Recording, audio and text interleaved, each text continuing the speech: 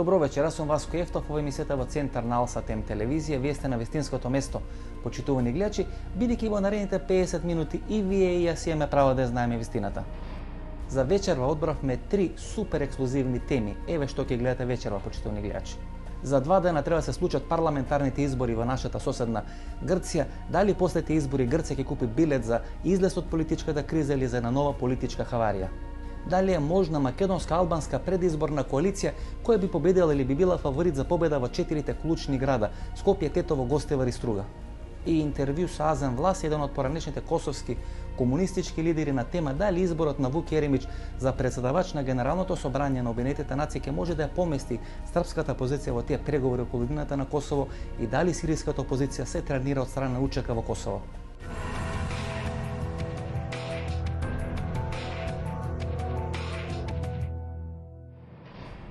За 2 дена треба да се случат парламентарните избори во соседна Грција. Денес грчкото општество е како презреена лубеници, само малку фали целиот тој молотов коктел на фрустрации да експлодира и да ги удри самите грци во лице. За 2 дена се изборите во Грција, значи вторите избори после оние први неуспешни кои не можеше да биде формирана влада. Денес во Македонија се анализира дека после тие избори, ако се направи одредена влада која е против политиката на Европската унија и на ММФ за страдување на економската криза во Грција, можно е Грција да излезе од еврозоната и дека тоа е добро за нас, бидејќи на тој начин ќе бидат ослабени грчките позиции во рамки на Европа. Дали вие ја прифаќате таа теза? Па тоа е гледање на работите крајно парцијално. Она што глобалните анализи зборуваат е следно, дека ако Грција излезе од еврозоната, настанува една многу кризна ситуација во земјата со зголемување на економските тешкоти, невработеноста и социјалното незадоволство, на чии крила дојдоа разни леви и многу десни политички партии. Така што тоа може да биде еден вовед во голема нестабилност во Грција, кој не сум сигурен дека нам би ни одговарал. Пред една недела светските македонските медиуми јавија дека мокната светска групација Билденберг направи одредена анализа или даде одредена инструкција дека треба да се влезе во процес на растурење на грчката економија и градење на Грција, на грчката економска и политичка сцена на сосема нови основи. Пред 7 дена, значи, многу се израдува македонската јавност за она информација што беше пласирана преку медиумите дека Билденберг дал налог да биде растурена и да пропадне Грција.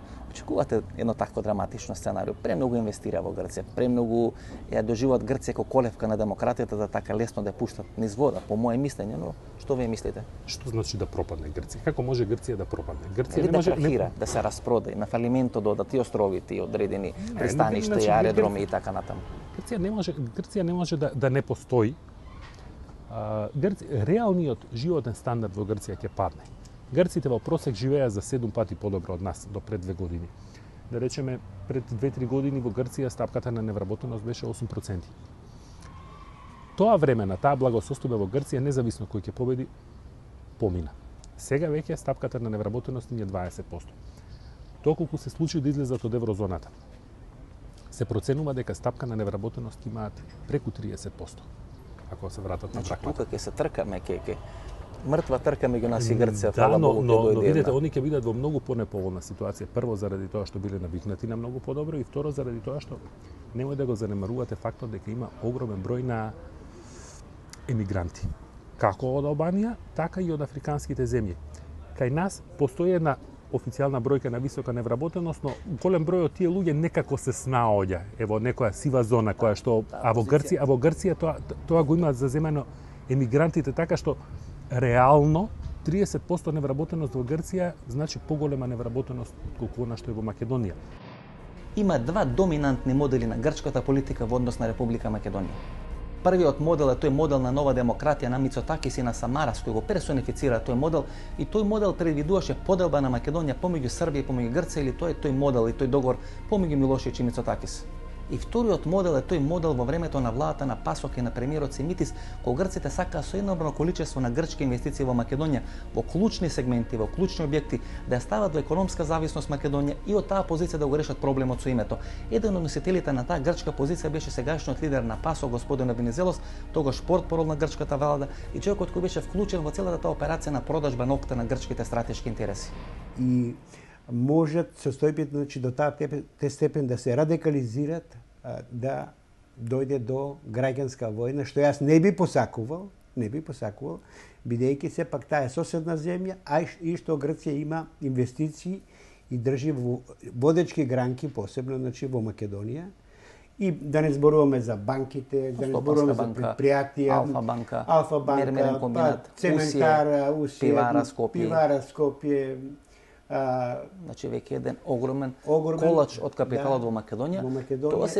Тоа се тие две грчки концепции, професор. Значи едната концепција која заговараше Мицотакис, која заговараше Самарас, тоа е поделба на Македонија помеѓу Србија и Грција. Основната цел е на економски план да ја доведат во Македонија во економска зависност. И втората концепција, значи ова е концепцијата на неодемократија. Втората концепција е концепцијата на ПАСОК.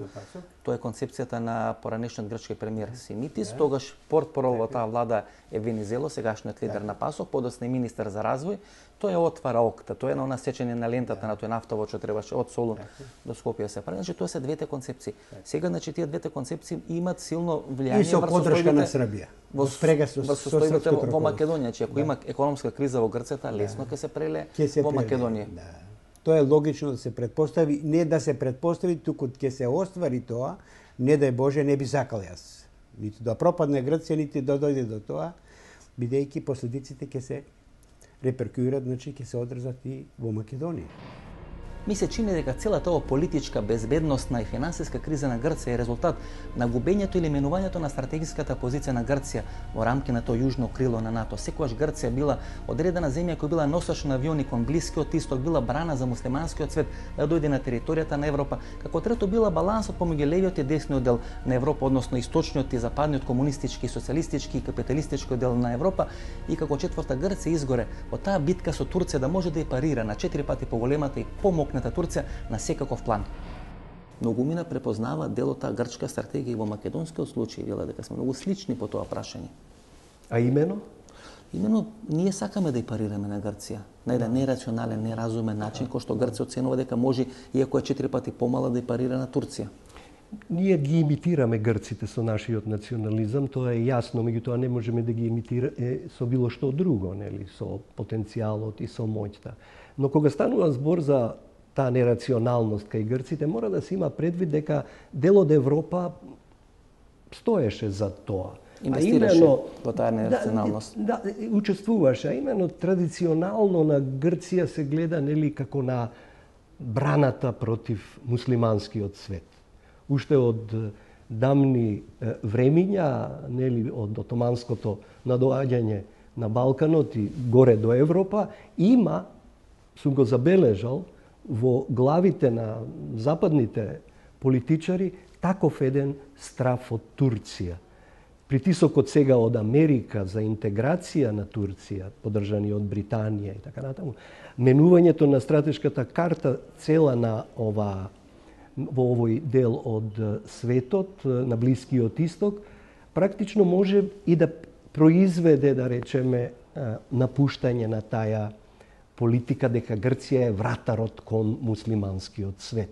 Значи држи браната. Ја држи браната и треба да биде поддржувана. Не дозволува влез поголем и позначена пенетрација на муслиманството во овој дел на... Оти добар дел од Европа, од европските политичари, Европската Унија ја доживуваат како христијански клуб. Добро, се пак доаѓаме до една стара изрека, доложни секој Грчка, која беше во изминатите 20 години нели исмевана дека тоа веќе не е така, но сега се враќаме кон корените на таа изјава. Должат многу, видете, должат многу италијаните, баш нели сега се случува ова Шпања доби 100 милиарди, евра. Долгот на Италија 120% од она што го има.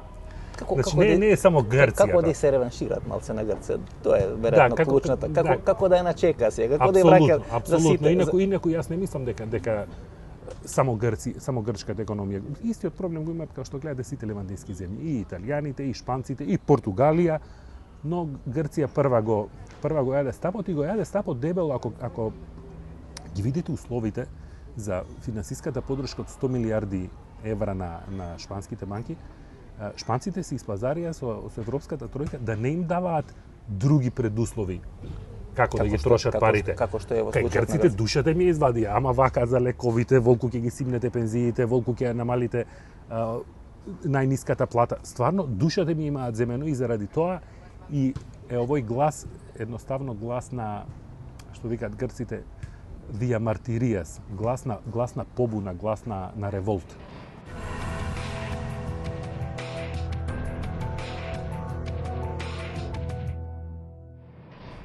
Во изминатите 50-60 години грчката политичка сцена постојано минува низ едни турбулентни, драматични промени и процеси.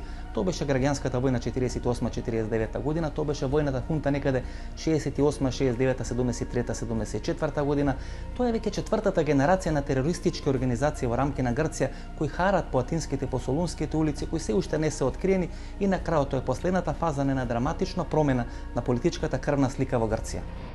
Интересно е дека Грција има континуитет на тие терористички акции во изминатите 30-40 години, да речеме дури сопругот на поранешната министерка за надворешни работи Бакојани беше убиен по терористички акт и веќе четврта, петта генерација на терористички групи никој не ги открива безмалку во рамки на Грција, значи дека тој анархистички елемент е присутен во грчкото општество и во грчката политика. И се развива понатаму, значи расте, се шири, создава, има погодно тло да се развива, за жал и до ден денеска, значи тие неофашистички струи се повеќе доаѓа до израз. Грција има проблеми на северна Грција, дел на тие населеници, не знам, од Мала Азија, македонското прашање, го има прашањето на Шамерија, го има прашањето на Крит. Ке може ли таа социјална и секаква друга криза која ќе удри во Грција да може да удри врз прашањето на територијалниот интегритет на Грција, например? Значи, дури постојат сепаратистички тенденции да се издвои Крит како посебна држава и сметат дека подобро ќе обстојуват отколку во рамките на Грција. Плюс проблемите во Северна Грција, Северен Епир, интересно дека албанциве. Таа критска линија беше секојаш доминантна, посебно во Нова демократија.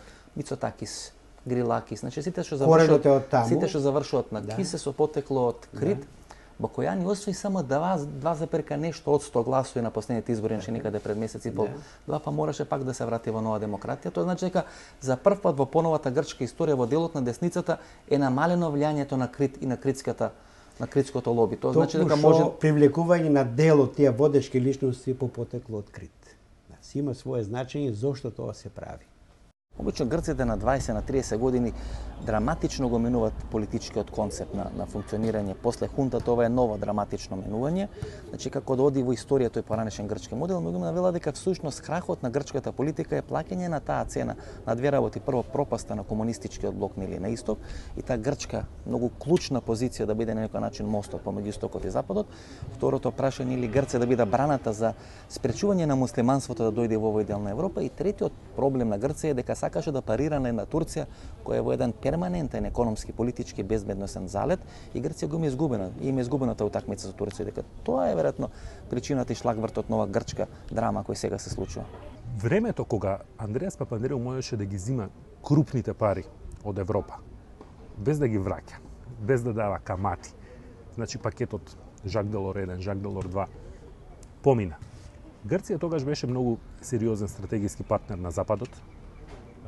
Папандреou со еден популизам дека ќе излезе од НАТО, дека ќе излезе од Европа, дека можеби ќе се приклучи кон другиот блок, навистина ги секираше странските партнери и тие го товареа со пари. Меѓутоа тоа време помина. Сега Грција не може и чиф и тек да биде нејзино. Во тоа време Грција ќе беше незамисливо да и се спротивстави на една Америка, како што се случи тоа во Букурешт, и да ни удри вето. Грција ми рече, луѓе, ова е ново време. Веќе нема потреба да свириме стриктно по вашите ноти да играме, како вие што свирите. Но од друга страна, па и тие веќе толку не му се потребни на Западот. Ако сака да си излезат од НАТО, среќен им пат, веќе не постои блоковската поделеност, така што кога грците тропнаа на врата за пари, они ги земаат тие пари под услови како што ги земаат некои африкански земји, па дури и отидоа безобразно до таму некои од угледни личности на Меѓународниот монетарен фонд и на Светска банка да ја споредуваат Грција со Нигерија. Така што Грција веќе не е таков тип на играч. Она што веројатно ги секира европејците е единствено дали ако излезат од еврозоната ќе си имаат проблем тие внатре. Инаку за самата Грција ми се чини дека не се насекирани. Веќе е известно дека реслови на македонските и на грчките тајни служби работат на одредена политичка опција. Во Грција да не може да биде формирана влада од една политичка партија, да биде формирана одредена техничка влада и како свој фаворит, кој треба да биде начело на таа влада, го поменуваат или го форсираат солунскиот градоначалник господинот Бутарис. На таа идеја се налепи и Шаци Маркакис пред 7-8 дена, ако не се лажам, така да во Грција кога да се ствара амбиент Бутарис или некој сличен на Бутарис да биде носител, да биде премиер на таа техничка влада. Тоа е позитивно, тоа е прогресивен човек. За него битно е да се соработува, да во интерес и на Грција, и на грчкиот народ, и на македонскиот народ. Па што треба да правиме? Властите да владаат у Македонија, властите да владаат у Грција и да може да си го разменот капиталот, така ли да ве разберам? Значи да биде ова да биде една влашка кнежевина, капитална тука на Балканот. Мора да сватат тие раководни кругови, не само во Грција, и кај нас, дека со комшијата, значи со соседот мора да се соработува. Точно дека грците не може да раководни структури не може да ја смислат постоењето и на Македонија и на македонскиот народ. Мислите ќе се радикализира после ова сега? Па јас мислам, моја оценка е дека ќе се до таа степен ќе се радикализира, да не кажам да предвидувам и не би сакал да предвидувам граѓанска војна, меѓутоа во Грција. Во Грција, бидејќи до таа степен се заострени состојбите, а посебно на социјално-економски план. Самарас беше персонификација на тие договори, Мицотакис Милошевич беше персонификација на тој тврд став во однос на македонското прашање, че тој едниот концепт, вториот концепт е на пасок во времето на Симитис економски се скрши Македонија, да се влезе со силни инвестиции, ОКТА, не знам, Стопанска банка и така натаму и на тој начин подоцна се направи одредено решение за името. Како ќе оди Грција во наредниот период? Кој концепт ќе го има во однос на Македонија? Јас мислам дека грците се сега не морат големо внимание да посветуваат на нас. Ние доволно самите си направивме и се заглавивме во една прилично проблематична ситуација.